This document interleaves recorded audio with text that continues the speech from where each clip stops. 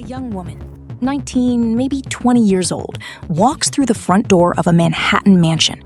She was told there'd be a job interview, a chance to work for a wealthy man, someone who helps young women pay for college. She steps inside. The hallway is lined with paintings, and the paintings, they have eyes, lots of them, watching. What she doesn't know, what she can't know, is that those aren't the only eyes in the room. Behind the walls, inside the ceilings, tucked into corners she'll never think to check. Cameras everywhere. And according to multiple intelligence sources, those cameras weren't installed by a private security firm. They weren't installed by a paranoid rich guy who watched too many spy movies. They were allegedly installed, or operated for the benefit of, one of the most powerful intelligence agencies on the planet. She sits down. She smiles. She thinks this is the beginning of something new. She's right. Just not the way she imagined. This is Pulsecast USA. I'm Alina, and today we are going somewhere most channels won't. Not because the story isn't documented, not because the sources aren't credible, but because the people at the center of this story are still powerful. Some of them are still in office, still making decisions, still shaping the world you live in. And somewhere, in a file, on a server, in a vault, there may be recordings that could end every single one of them. This is the full story of Jeffrey Epstein. Not the tabloid version, not just the predator story, the intelligence story, the blackmail machine, the foreign operation that allegedly ran inside the United States for more than 20 years. And before we go one second further, I want to be honest with you, the way I always am. Some of what I'm about to tell you comes from court records, from official documents, from journalists at the Miami Herald, the New York Times, and from investigators who've gone on record. Some of it comes from former intelligence officers whose accounts are credible but not fully verified. And some of it is allegation, deeply disturbing allegation. I will always tell you which is which as we go. But here's what I will say right now, before we get into a single name or date. The pieces fit. They fit in a way that is almost impossible to explain as coincidence. And once you see the full picture, you will never look at power the same way again. Let's start at the beginning. Jeffrey Epstein grew up in Coney Island, Brooklyn, middle-class family. His dad worked for the Parks Department. Nothing about his early life pointed toward what he would become. He was smart though, really smart, good at math. Smart enough that at age 20, without a college degree, he talked his way into a teaching job at the Dalton School, one of the most elite private schools in New York City. And his students, they were the children of New York's richest and most powerful families. And this is where Epstein learned the most important lesson of his life. Access is everything. Get close to powerful people and doors open. Rules bend. The world rearranges itself around you. At Dalton, he met the father of one of his students, a man with connections to Bear Stearns, one of Wall Street's biggest banks. Within months, Epstein left teaching and walked into a job there. No degree, no experience, just charm and connections. He rose fast, too fast, some people said. And then, just as quickly, he was gone. Some reports say he was fired for violations. Others say he simply moved on. But here's where it gets strange. After Bear Stearns, Epstein set up his own financial firm. He claimed to manage money only for clients with assets over $1 billion. Exclusive, elite, untouchable. But when journalists and investigators looked closely, they found almost no clients. No trading records that matched his supposed wealth. No paper trail that explained where the money was actually coming from. Year after year, decade after decade, Epstein lived a lifestyle costing tens of millions of dollars annually, and nobody could explain it. A $77 million mansion on the Upper East Side of Manhattan, one of the largest private homes in the entire city, a private island in the Caribbean, a ranch in New Mexico the size of a small country, multiple private aircraft. Where does a college dropout from Brooklyn get all of that? The official story never made sense. And that's because, according to a growing body of evidence, the official story wasn't the real story. To understand what Epstein really was, you have to understand one name: Maxwell. Ghislaine Maxwell grew up in a world most people can't even imagine. Her father was Robert Maxwell, one of the most powerful media moguls on the planet. Newspapers, publishing houses, television networks, across multiple countries. He was a member of the British Parliament. He dined with heads of state. But Robert Maxwell had another life. A secret life. In 1991, Robert Maxwell was found dead, floating in the Atlantic Ocean near his private yacht. The official ruling? Accidental drowning. Possibly a heart attack. Almost nobody believed it. Because in the weeks before his death, his financial empire was collapsing. Investigators had discovered he'd stolen hundreds of millions of dollars from his own employees' pension funds. He was facing ruin, exposure, and prison. But the financial crimes? That was only part of the story. After his death, multiple intelligence agencies confirmed what had long been whispered. Robert Maxwell was a Mossad asset. Authors Gordon Thomas and Martin Dillon, who investigated his life extensively, documented his deep ties to Israeli intelligence. He used his media empire as cover, his global network as a source of information, his access to world leaders as a tool for Israeli interests. And when he died, 6 serving and former heads of Israeli intelligence attended his funeral. He was buried on the Mount of Olives in Jerusalem, a site typically reserved for figures of national importance. The Israeli Prime Minister said at his graveside, and I want you to remember this line, that Maxwell had done more for Israel than could ever be publicly known. More than could ever be publicly known. Now, this is the family Ghislaine Maxwell came from, and within a few years of her father's death, she moved to New York, into Epstein's orbit, into his life. She became his constant companion, his social connector, his gatekeeper. It was Ghislaine who had the phone numbers, the addresses, the invitations. It was Ghislaine who knew which parties to attend, which doors to knock on, which powerful people could be drawn into Epstein's world. According to Ari Ben-Menashe, a former officer in Israeli military intelligence who has spoken publicly about this, the relationship between Epstein and Ghislaine Maxwell was not a romance. It was an intelligence operation. He claimed that Epstein was introduced to the intelligence world through Robert Maxwell, and that after Robert's death, Ghislaine continued the family's work. In his words, she was the handler. Epstein was the front. Now, Ben-Menashe is a controversial figure. Some regard him as a credible insider, others question his reliability. I'm not asking you to take his word as gospel. But his account is not the only one. Multiple journalists, including those from the Miami Herald and investigative author Whitney Webb, have documented a pattern of connections between Epstein, the Maxwell family, and Israeli intelligence that is very difficult to dismiss. Okay, so let's talk about the machine, because what Epstein built, or what was built around him, was not a loose collection of crimes. By every indication, it was a system, a deliberately engineered operation designed for one purpose: to gather compromising material on the most powerful people on Earth. And it worked, for decades, without being stopped. The center of the operation was 71 East 71st Street, a 7-story limestone mansion on the Upper East Side, one of the largest private residences in all of New York City. Epstein acquired this home from Leslie Wexner, the billionaire founder of L Brands, the company behind Victoria's Secret, and the transfer of this property is one of the great mysteries of the entire case. Records suggest Wexner transferred the home to Epstein for a price far below market value. Some reports say the price was zero, a gift, a $77 million gift. Why would one of the richest men in America hand over one of the most valuable homes in Manhattan to a man whose financial background nobody could verify? That question has never been satisfactorily answered. But what investigators found inside that house tells you everything you need to know about its real purpose. When the FBI raided the mansion in 2019, they found hidden cameras. Not one or two, an entire surveillance system. Cameras concealed in walls, in clocks, in fixtures. Bedrooms were wired, bathrooms were wired. Guest rooms where powerful visitors stayed, wired.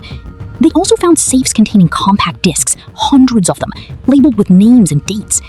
Think about that. For years, possibly decades, some of the most powerful people in the world walked into that house, slept in those rooms, had no idea they were being recorded. They thought they were guests at a private dinner, a social event, a favor from a well-connected friend. What they didn't know was that every single moment was being captured. Every compromising situation was being documented. And those recordings were not being stored for entertainment. They were being stored for leverage. And it wasn't just Manhattan. Epstein's private island in the U.S. Virgin Islands, known as Little St. James, was reportedly set up the same way. Workers who helped build structures on the island later testified they were asked to install equipment they didn't fully understand. Wiring that ran through walls and ceilings in ways that didn't match normal construction. Visitors to the island included heads of state, tech billionaires, Hollywood figures, a member of the British royal family. They arrived by private jet and helicopter, thinking they were visiting a tropical paradise owned by a generous, well-connected friend. What none of them seemed to realize was that the island, like the townhouse, was a collection site. In intelligence terms, that means a location specifically designed to gather information on targets without their knowledge. And here's where the pattern becomes impossible to ignore.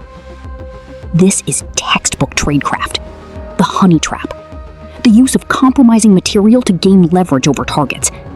It's one of the oldest tools in a spy agency's handbook.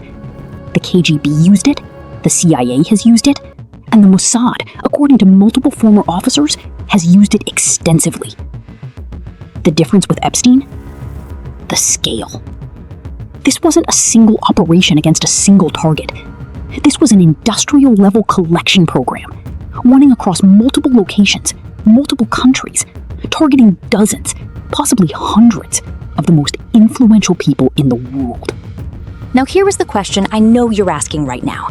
If this operation was this large, this dangerous, this obvious to investigators, why did it run for so long?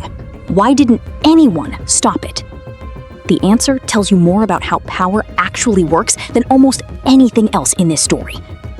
Epstein was investigated multiple times before his final arrest. The Palm Beach police started looking into him in 2005. The FBI built a case. Journalists tried to publish. Victims came forward again and again, telling anyone who would listen what had happened to them. And each time, the investigation was shut down, slowed down, or quietly buried. The most visible example happened in 2008. Instead of facing federal charges that could have put him away for decades, Epstein was allowed to plead guilty to a minor state charge. 18 months in a county jail, not a federal prison. And even that barely counted, because he was allowed to leave 6 days a week on a work release program. The deal was negotiated in secret. The victims were not notified. And the man who approved it was Alexander Acosta, the U.S. Attorney for Southern Florida at the time. Years later, when Acosta was nominated to become the U.S. Secretary of Labor, he was asked about the Epstein deal. And according to reporting by the Daily Beast, he told the White House transition team that he had been told to back off the Epstein case. His explanation? Epstein belonged to intelligence. Leave it alone. Belonged to intelligence. Those 3 words hang over this entire story like a shadow. If the top prosecutor handling the case was told that Epstein was an intelligence asset and to leave him alone, then the question is no longer whether Epstein was protected. The question is, protected by whom? Fast forward to July 6, 2019, Jeffrey Epstein is arrested at Teterboro Airport in New Jersey. Stepping off his private jet from Paris, federal agents were waiting on the tarmac. This time, there was no quiet deal. The charges were severe: trafficking, conspiracy, up to 45 years in prison. He was taken to the Metropolitan Correctional Center in Manhattan, one of the most secure federal detention facilities in the United States, a place that had held terrorists, cartel leaders, and mob bosses for decades, without incident. The world waited, because this time, a trial would mean witnesses, documents, testimony under oath, names. The people on those compact discs, the people who had visited the island, the people in those flight logs. For the first time, they were all potentially exposed. And then, on the morning of August 10th, 2019, Jeffrey Epstein was found dead in his cell. The official ruling? Suicide by hanging.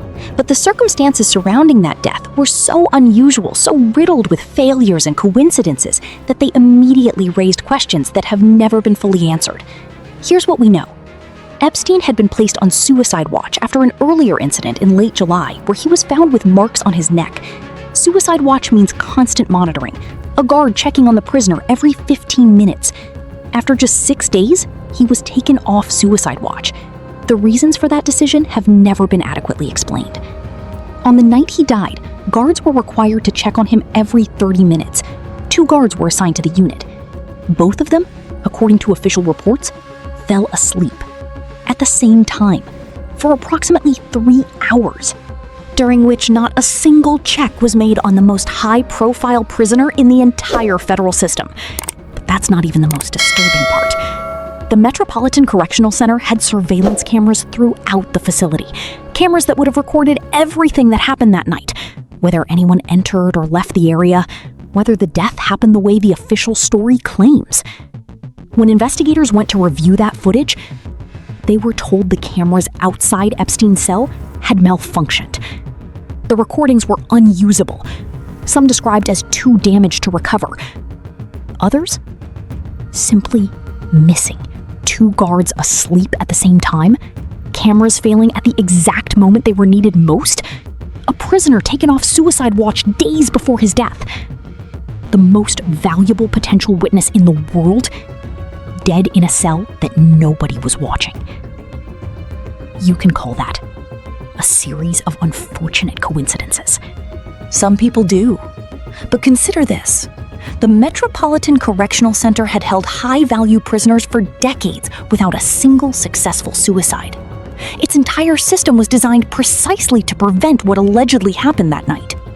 For all of those systems to fail simultaneously, at the exact moment when the most powerful people in the world had the most to lose from Epstein's testimony, that requires a level of coincidence that is very, very hard to accept. And the forensic evidence didn't help the official story either. The pathologist hired by Epstein's own family, Dr. Michael Baden, one of the most respected forensic pathologists in the United States, examined the body and reached a different conclusion. He stated that the injuries to Epstein's neck were more consistent with strangulation than with hanging. He pointed specifically to fractures in the hyoid bone, which in men of Epstein's age are more commonly associated with manual strangulation. His findings were not conclusive proof of murder, but they were enough to make the official account very difficult to defend. And here is the uncomfortable truth that sits underneath all of it. If Epstein was an intelligence asset, and if he possessed knowledge about a blackmail operation involving world leaders and spy agencies, then his death solved a very large problem for a very large number of very powerful people. Dead men don't testify. Dead men don't name names under oath. Dead men don't hand over recordings. In January 2024, a federal judge ordered the release of court documents related to a civil lawsuit filed by one of Epstein's accusers. These documents, what became known as the Epstein files, dominated global headlines for weeks. They confirmed patterns investigators had long suspected. They showed the scope of Epstein's connections, new details about who visited the island, who flew on the jet, who attended events where young women were also present. But they didn't contain the one thing everyone was looking for: the recordings. No compact discs, no explanation of where that evidence went, no answer to the central question of who controlled the intelligence operation behind it all. Large sections were redacted, entire names blacked out, certain files referenced in earlier proceedings simply absent from the released materials. And the flight logs alone showed hundreds of flights over more than a decade. The contact books seized from Epstein's properties contained over 1,000 names, organized by country and category: politicians, scientists, military officials, media executives. The breadth of it was staggering, and the implication was clear. Whoever controlled this network, whoever holds those recordings, possesses leverage over a significant portion of the Western world's power structure. And here is the part that should keep you up at night. There is no evidence those recordings have been destroyed. If copies exist in the hands of an intelligence service, they're not historical artifacts. They're active tools, usable today, usable tomorrow, for as long as the people on them are alive and in positions of power. And those people, many of them are still in those positions. I want to step back for a second, because I think it's important to say this out loud. We talk about democracy. We talk about free elections, free markets, leaders who serve the people who voted for them. But if those leaders are compromised, if their decisions are shaped not by the will of their voters, but by the invisible pressure of recordings they can never let the world see, then the system we believe in is already broken. Not broken by tanks, not by missiles or cyber attacks, broken by something much simpler and much older. Human weakness, captured on camera, held by people who know exactly how to use it. You would never see the blackmail happening. You would only see its effects. A policy that doesn't make sense, a vote that contradicts a leader's stated principles, an alliance that forms for no apparent reason. The invisible hand of leverage, pressing, quietly, relentlessly, on the levers of power. And the silence from governments? The fact that no official investigation has ever examined the intelligence dimensions of this case?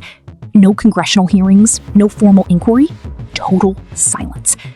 That silence is not neutral. In the world of intelligence, silence is a choice. It signals that the topic is too sensitive, too dangerous, or too damaging to touch. Compare it to how governments respond when Russian or Chinese intelligence operations are discovered on their soil. Sanctions, expulsions, public statements, investigations. But when credible allegations emerged that a foreign intelligence service had run a decades-long blackmail operation targeting the most powerful people in the West, no denial. And that silence tells you something.